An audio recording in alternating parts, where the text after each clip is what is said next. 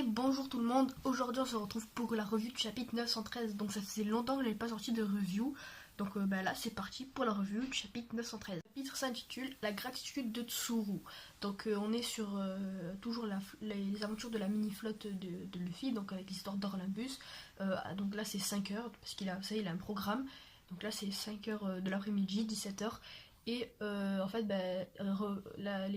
il a sauvé le village des pirates, d'un équipage de pirates, et du coup le public le remercie, et du coup en gros il échoue pour son début de la piraterie parce qu'il se fait remercier, et un pirate est censé pas se faire remercier. Le chapitre commence où il avait terminé avec le 912, c'est-à-dire que on continue sur le combat Luffy et Zoro versus Hawkins. Donc déjà c'est super cool parce que Oda nous a pas trollé, et on a enfin le duo Luffy vs Zoro.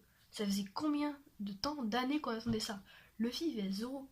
Et en plus, là, c'est un combat de 3 supernovas. Luffy supernova, Zoro supernova, et Hawkins c'est une supernova. Donc forcément, là, ça va donner... On sait que ça va être un super combat. Et on a même une nouvelle technique de Zoro. Enfin, on a 2 mots badass de Zoro. Je vais y revenir plus tard. Donc déjà là, dans ce combat, on apprend beaucoup plus sur les pouvoirs de Hawkins. Donc j'avais fait une vidéo il n'y a pas trop longtemps sur les 7 fruits du démon inconnus mais puissants. Enfin, voilà, qui étaient un peu sous-cotés et tout.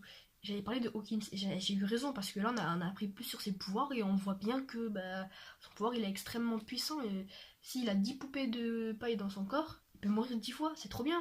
On a même vu un moment dans le combat qui peut créer une géante j'arrive pas à parler, poupée vaudou de paille qui est en harmonie avec ses mouvements. C'est un pouvoir incroyable. Donc dans cette analyse de chapitre, il y aura la partie combat et ensuite on va dire je sais pas comment je vais l'appeler, mais on va parler ensuite ce qu'il y a après le combat, quand il rencontre Tsuru, etc.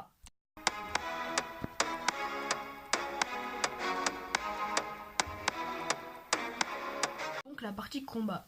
Donc déjà on a Luffy et Zoro qui sont vs Hawkins et toute son armée, on va dire.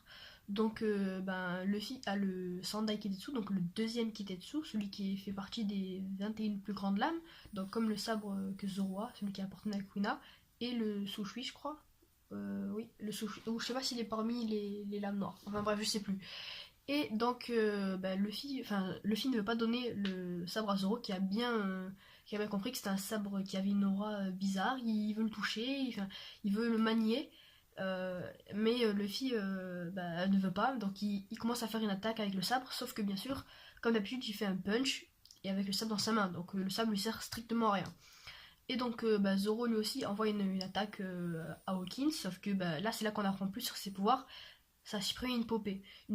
Et Hawkins il a dit qu'il avait 10 poupées vaudou de paille. Et dans le chapitre on a vu qu'ils en avaient tué 3 ou 4, je sais plus. Donc en vrai, si ils se battent assez longtemps contre Hawkins, ils peuvent le battre, parce qu'à un moment il n'aura plus de poupées. Mais bon, c'est pas de ça qu'on va parler.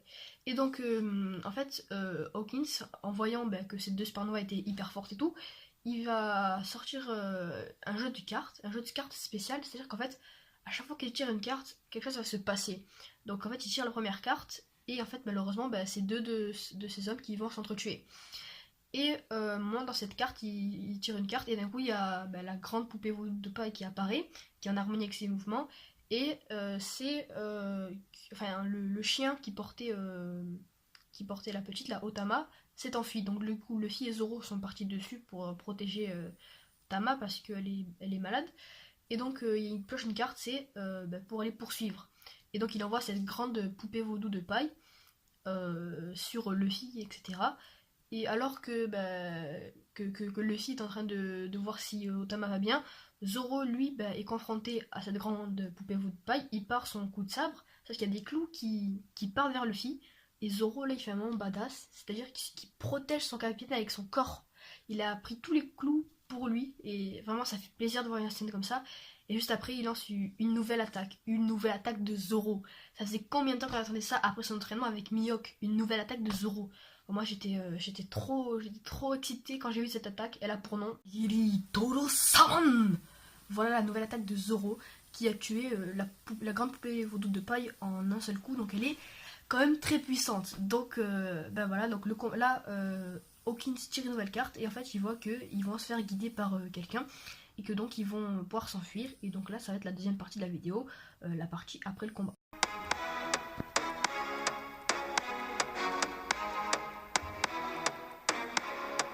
Alors Tsuru qui reconnaît Otama va demander pourquoi elle est dans cet état-là. Et Luffy va lui dire qu'elle a bu l'eau de la rivière. Et donc Otama comprend qu'elle a bu du poison et qu'un médecin ne pourra rien faire. Il faut qu'ils aillent chez elle parce qu'elle pratique la médecine avec les plantes et que des infusions avec des plantes et tout. Et du coup ça pourra la sauver. Il n'y a que ça qui pourra la sauver. Donc Luffy etc. et tout vont chez Tsuru pardon. Et ce qu'on peut voir c'est que Luffy lui qui ressent la bonté des gens et tout, on l'a vu avec son flashback contre Katakuri, et il fait entièrement confiance à Tsuru. On peut le voir avec d'accord et tout, voilà, avec cette case, il sourit et tout. Donc voilà, vraiment Luffy, on voit bien qu'il fait entièrement confiance à Tsuru, d'où le titre chapitre, la gratitude de Tsuru. Donc Luffy fait entièrement confiance à cette personne, c'est une confiance bonne, voilà. Elle trahira jamais Luffy et tout. Elle est contre Kaido. Et donc Tsuru commence à aller soigner Otama. Et en fait, la dernière case du chapitre, c'est Beppo, donc l'ours, et les deux autres membres de l'équipage du Earth. Je sais plus comment ils s'appellent, mais vous voyez qui je veux dire, ils sont tout le temps ensemble. Et en fait, ils observent et ils voient Luffy et Zoro qui sont là. Et donc ils disent, les Mugiwara sont arrivés, attention, il va peut-être avoir du grabuge.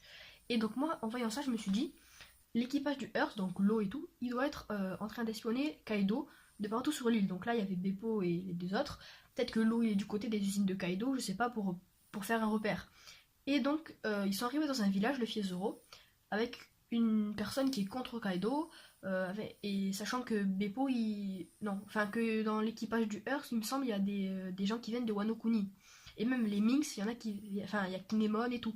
Et je pense que cette personne fait partie du clan Kozuki, qu'elle est amie avec Kinemon, et qu'en fait ça va être un peu le camp de base des Mugiwara, de toute l'alliance en fait. Et qu'à partir de là ils vont faire des plans et tout, que Beppo et tout vont prévenir l'eau que les Mugiwara sont arrivés, que du coup ils vont tous revenir à cet endroit. Là je pense dans les prochains chapitres on va savoir où sont les autres membres des Mugiwara, où sont Sanji, Nami, etc. Pour qu'ils se recoupent tous à cet endroit dans ce village et qu'ils établissent un plan contre Kaido et qu'ils puissent enfin débuter le combat. Je pense que ça va être ça. Donc du coup, c'est peut-être un petit flashback de la part d'Oda qui nous montre que tout est en train de se mettre en place en fait. Il y a une partie de l'équipage de l'eau qui est en train de surveillait ce village. Pourquoi il surveille ce village? Parce que il a quelque chose d'important pour eux. Et c'est peut-être leur camp de base. Ils vont pas surveiller un village tout cassé comme ça où il y a 2 personnes qui habitent pour rien. Non, c'est que ce village doit être très important pour eux. Et Lo, lui, il est en train de surveiller les usines de Kaido, je pense, parce que c'est quand même le mec le plus fort de son équipage. Il va dans l'endroit le plus dangereux, il va voir ce que fait Kaido. C'est très intéressante, on a vu qu'il y a beaucoup de supernovas dans cet arc, comme j'avais dit sur ma théorie. Alors bien sûr, c'est pas passé comme prévu, Bege et Luffy ne sont pas rentrés ensemble, mais il y a quand même Luffy, Zoro, Hawkins et Drake. Donc là, déjà, il y a 4 supernovas qui sont présents sur Wano Kuni. Bonnet, on sait pas trop où elle est. Ensuite, il y a qui d'autre comme supernova qui pourrait être là? Il y a Kid qui est emprisonné chez Kaido. Donc ça fait une 5e supernova. Et je pense qu'elle va être délivrée. Je pense pas que Hawkins il soit vraiment le subalterne de Kaido, pardon. Je pense qu'il va faire un coup comme Bege, il va vouloir trahir Kaido, et je pense qu'il a fait une alliance avec Apu, qui était, que à la base l'alliance c'était Kid, Apu et Hawkins, et je pense que vu que Kid s'est fait rétamer, Apu et Hawkins sont alliés à Kaido, mais ils sont aussi alliés entre eux pour faire tomber Kaido. Et je pense que du coup cette alliance entre tous les supernovas va avoir lieu, et ça va donner un truc tellement badass. Ah ouais. En plus, il y a Killer, on sait pas ce qu'il est advenu. Ça se trouve, il a joué le jeu avec Hawkins et Apu. Enfin, ça se trouve, il y a 10 sur 11 supernovas sur l'île. Et je pense que ça peut donner un truc vraiment pas mal. Kaido, il va être mal. Voilà les amis pour cette review de chapitre. Donc, comme vous avez pu le remarquer, il n'y a pas eu d'image dans cette vidéo parce que YouTube a changé de politique en fait. Et on peut se prendre des strikes si on utilise une seule image et qu'on n'a pas le droit d'auteur. Donc c'est pour ça que j'ai pas mis les images du chapitre, parce que j'ai pas envie de me faire striker, de voir cette vidéo supprimée et tout, parce qu'il y a du travail comme derrière. Donc j'ai vraiment pas envie que ça m'arrive. Donc je suis désolée, mais il n'y a pas eu d'image. J'espère que ça vous a quand même plu. Et dans les théories, je verrai ce que je pourrais faire pour quand même mettre des images. Faudra que je voie. Voilà. Bon, moi je vous dis à très vite. Ciao.